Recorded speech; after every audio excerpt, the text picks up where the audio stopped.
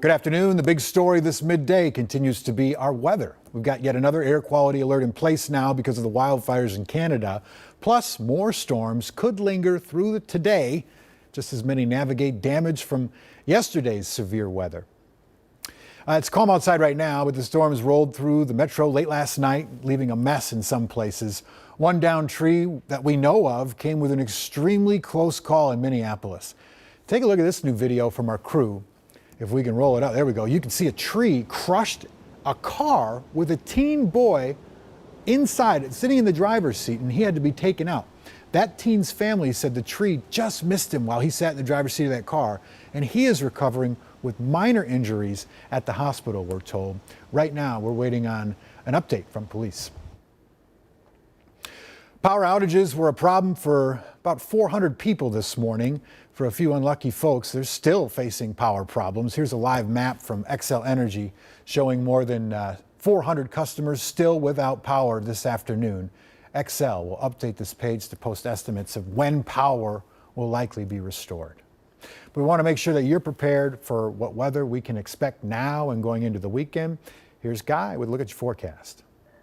All right, here's your drought monitor. This is an update just in as of yesterday. Updates once a week on Thursdays. Severe drought conditions you can see has expanded, not for the best. It's kind of moving off here further to the east and dropping a bit further south, as well as severe drought to the south and east towards Rochester area. Also abnormally dry now. This part of the state was not under any drought. There were no drought conditions here a week ago, but now, unfortunately, now under a abnormally dry. So every part of the state under some level of drought. Well above average temperatures today. Isolated showers and storms later this afternoon and evening, and Canadian wildfire haze smoke returns to the forecast. The entire state under air quality alerts could reach code orange for sensitive groups, so heads up, limit your time outdoors, especially if you're asthmatic. Showers and storms bubble up later on this afternoon and evening. Very isolated, hit or miss showers. Not everybody will find showers and thunderstorms this evening and tonight, but for those who do, brief, not as intense as yesterday. And yesterday, I wish we picked up more rain. Most areas were around 1/4 inch or less,